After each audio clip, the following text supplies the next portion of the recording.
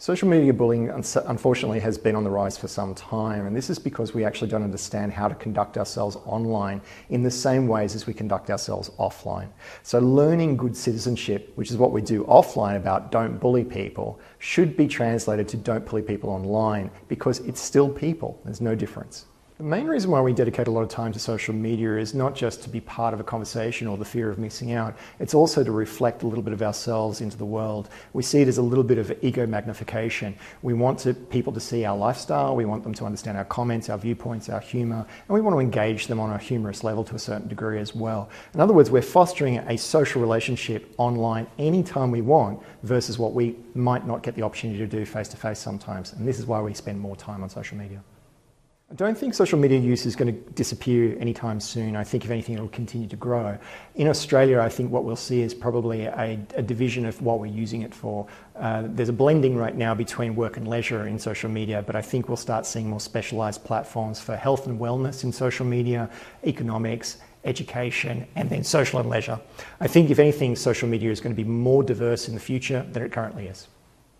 It should start early when we're trying to discipline our use on social media. We need to start with very young kids to understand that there's a time and a place to use it.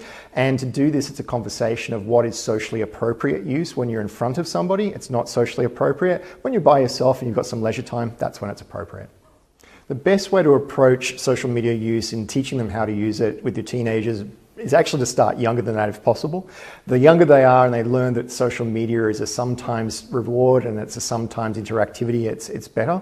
As a teenager though, which is when we start most of our accounts, it's actually hard, but we need to understand that it is an adjunct tool to being social. It is not the only tool to being social.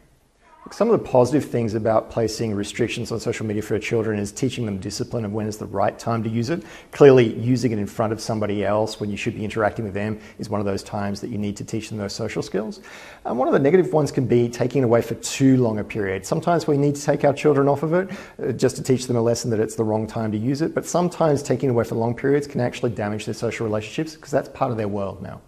The biggest way to avoid regrets about what you'd put on social media is to consider before you put your comment up, would I wear it on a t-shirt? We usually find that if people realise that they wouldn't be happy to engage strangers on the street with their opinions, then you really probably should think twice about what you put on social media. It actually will come back tenfold.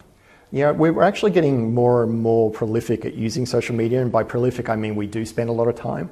With that, yes, it can be a concern, particularly if it interferes with work or study and sleep and things that are really beneficial to your health and well-being.